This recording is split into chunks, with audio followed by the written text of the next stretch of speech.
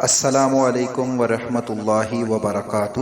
رضائے الہی چینل میں آپ سب کو خوش آمدید کہتے ہیں۔ اللہ عز و جل سے دعا ہے کہ اللہ عز و جل آپ سب پر اپنا خاص کرم فرمائے، دونوں جہانوں کی بلائیاں عطا فرمائے، خوشیاں عطا فرمائے، ہر دکھ اور تکلیف سے محفوظ رکھے۔ اللہ عز و جل بے اولادوں کو نیک اور صالح اولاد عطا فرمائے، بے روزگاروں کو رزق حلال کمانے اور کھانے کی توفیق عطا فرمائے۔ اللہ پاک جتنے بھی لوگ بیمار ہیں ان کو صحت کاملہ عاجلہ والی لمبی عمر عطا فرمائے۔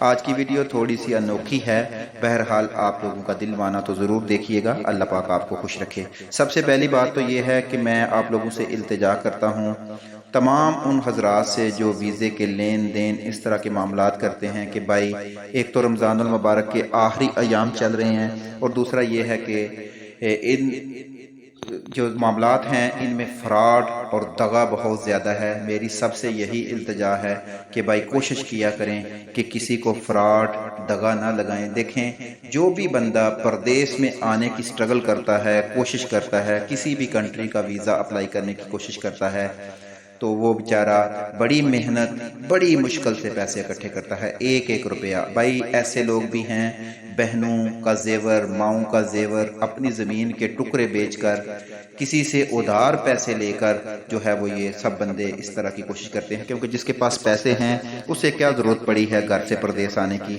تو اس لیے کوشش کریں کہ آپ کی وجہ سے، یہ انسانیت کا درس ہے، آپ کی وجہ سے کسی دوسرے انسان کو تکلیف نہ ہو، چند پیسوں کی وجہ سے، چند لالچ کی وجہ سے آپ کی آخرت اور دنیا برباد نہ ہو جائے۔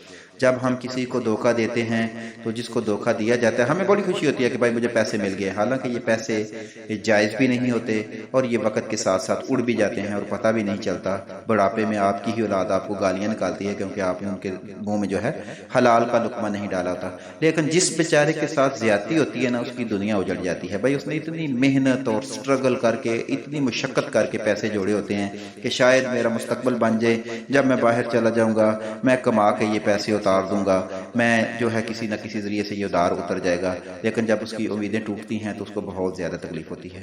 بھائی اگر آپ کے پاس کوئی اوریجنل طریقہ ہے، اتھینٹک طریقہ ہے، قانونی طریقہ ہے تو کسی کے ساتھ بات کریں، ورنہ نہ کریں۔ اور میری آپ لوگوں سے بھی التجا ہے، ہاتھ جوڑ کے التجا ہے، تسلی بخش کام کیا کریں، جلد بازی نہ کریں۔ جلد بازی میں ہمیشہ نقصان ہوتا ہے، اور یہ بھی نہ کہیں کہ آپ راتوں رات پہنچ جائیں۔ ہر کام کا ایک طریقہ ہوتا ہے، اس کا ایک ذریعہ ہوتا ہے۔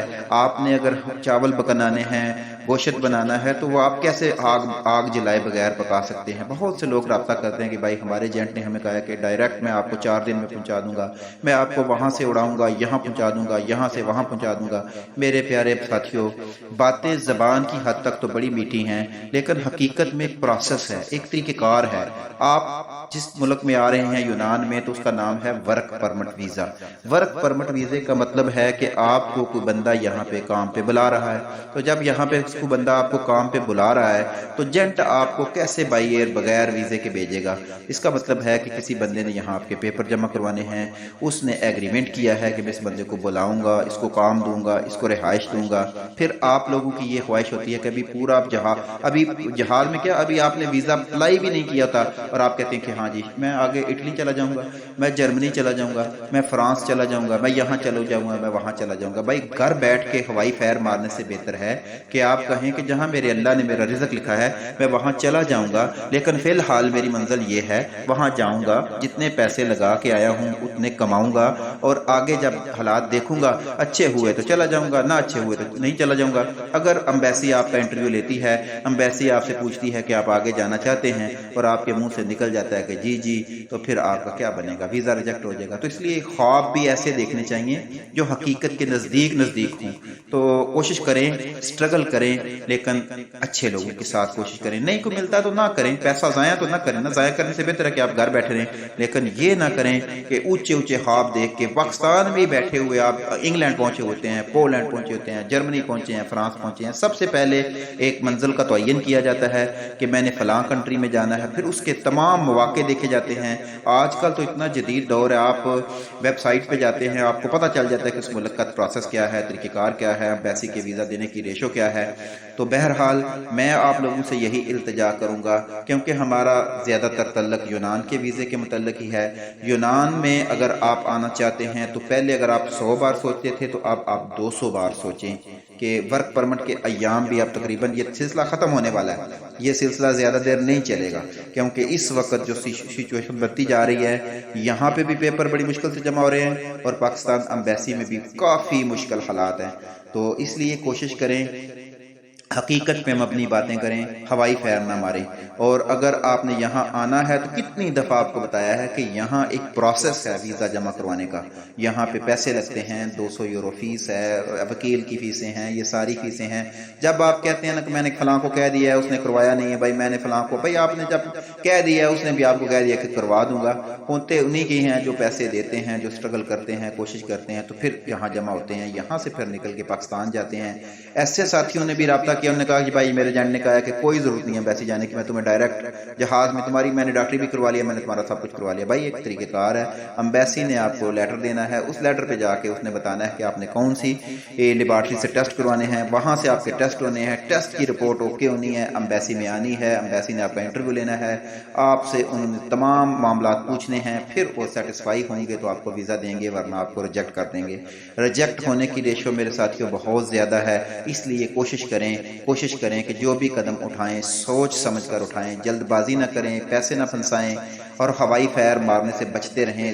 جینٹ تو ویسے ہوائی فائر مارتے ہیں، آپ بھی ان کے ساتھ پھر ہوائی فائر ہی مارنا شروع کر دیتے ہیں کہ بس جی میں اتروں گا وہاں سے جرمنی جاؤں گا۔ بھائی جس مالک نے آپ کو ورک پرمٹ بھیجا ہے، جس نے آپ کو کہا ہے کہ میرے پاس کام پہ آؤ، آپ کیا وہ آپ سوچتے نہیں ہیں کہ میں اس کے ساتھ زیادتی کر رہا ہوں، اس نے مجھے بلایا اور میں آگے کا ایئرپورٹ سے ڈائریکٹ آگے جانا چاہتا ہوں؟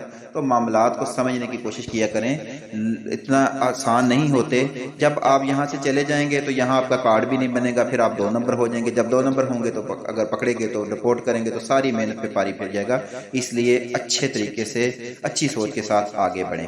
یا یہ تھا میرا مشورہ، آگے کرنی تو آپ لوگوں نے اپنی مرضی ہے۔ میں دوبارہ ایک بات دہرا دینا چاہتا ہوں، کسی قسم کا ویزا لگوانا، کسی ملک کا ویزا بھیجنا، ویزے کا کام کرنا، ویزے کی کسی قسم کے پیسے لینا دینا، یہ ہمارا اس سے کوئی تعلق واسطہ نہیں ہے۔ آپ ہمیں بالکل میسج نہ کیا کریں کہ بھائی جان ویزا دے دیں، یہ لے لیں، وہ کر لیں، ایسے کر لیں، اتنے پیسے لے لیں۔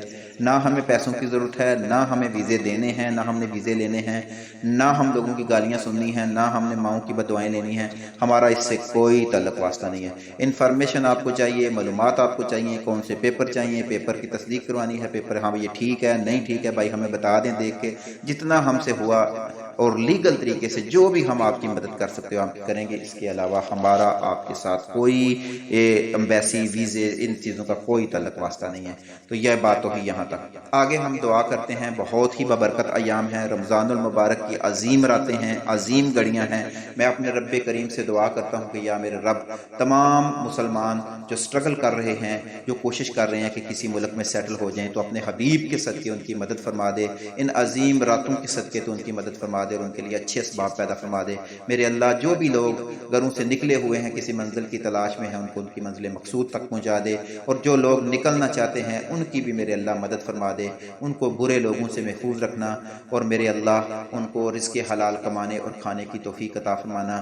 رزق حلال میرے اللہ بہت اہم چیز ہے میرے اللہ، تو خوب جانتا ہے میرے اللہ، تو بہتر عطا فرمانے والا ہے میرے اللہ۔ ہر بندہ بڑی مشکل سے نکلتا ہے میرے اللہ، ماؤں بہنوں کو چھوڑ کر، بچوں کو چھوڑ کر، اولاد کو روتا چھوڑ کر، والدین کو روتا چھوڑ کر بندہ اس رزق کی خاطر باہر نکلتا ہے میرے اللہ۔ تو جب اس کو دھکے لگتے ہیں، اس کے ساتھ فراڈ ہوتا ہے، تو اس کا دل دکھتا ہے میرے اللہ۔ تو کرم فرما دے، تو رحم فرما دے، تو فضل فرما دے میرے اللہ۔ میرے اللہ جتنے بھی مسلمان پردیس میں آ چکے ہیں ان پر بھی اپنا کرم فرما دے، ان کے جو بھی کاغذات کے معاملات ہیں، ان کی جو بھی پریشانیاں ہیں میرے اللہ، سب کی مدد فرما دے میرے اللہ۔ بچھڑے ہوں کو اپنے والدین سے ملا دے میرے اللہ، اپنے بہن بھائیوں سے ملا دے میرے اللہ۔ جتنے لوگ پردیس میں ہیں اور ان کے کاغذات نہیں بن رہے، تو اپنے حبیب کے صدقے، رمضان المبارک اس بابرکت دن کے صدقے، ان ایام کے صدقے ان کے اوپر کرم فرما دے، اور ان کو ایسا کرم فرما دے کہ ان کے پیپر بھی بن جائیں، ان کا روزگار بھی ہو جائے، اور وہ اپنے بہن بھائیوں سے مل سکیں۔ اور میرے اللہ جو لوگ سٹرگل کر رہے ہیں، کسی کو ویزے کا مسئلہ ہے، کسی کو میڈیکل کا مسئلہ ہے میرے اللہ، تیری تو عطا بہت زیادہ ہے، تو عطا فرمانے والا ہے میرے اللہ۔ سب کو خوشیاں عطا فرما دے،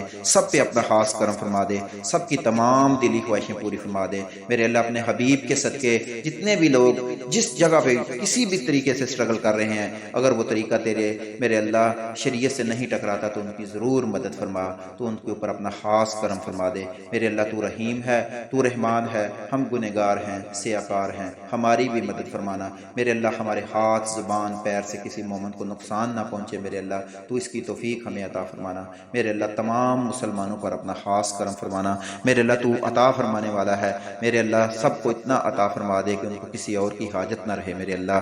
یہ دعا اپنے حبیب کے صدقے قبول و منظور فرمانا۔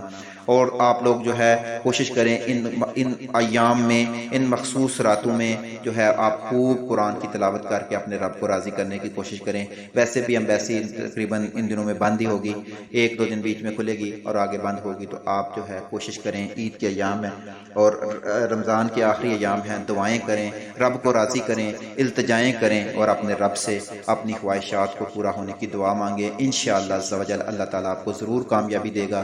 میں آخر میں آپ کو پھر یہی کہوں گا، حقوق العباد کا خیال رکھیے گا کہ آپ کی وجہ سے کسی مومن کا دل دکھ گیا تو آپ کیا جواب دیں گے اپنے رب کو؟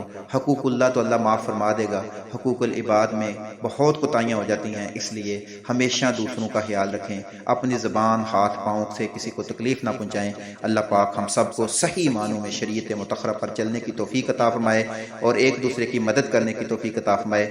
جہاں تک ممکن ہو سکے ایک دوسرے کی مدد کریں۔ اللہ پاک آپ سب کا حامی و ناصر۔ السلام علیکم ورحمۃ اللہ وبرکاتہ۔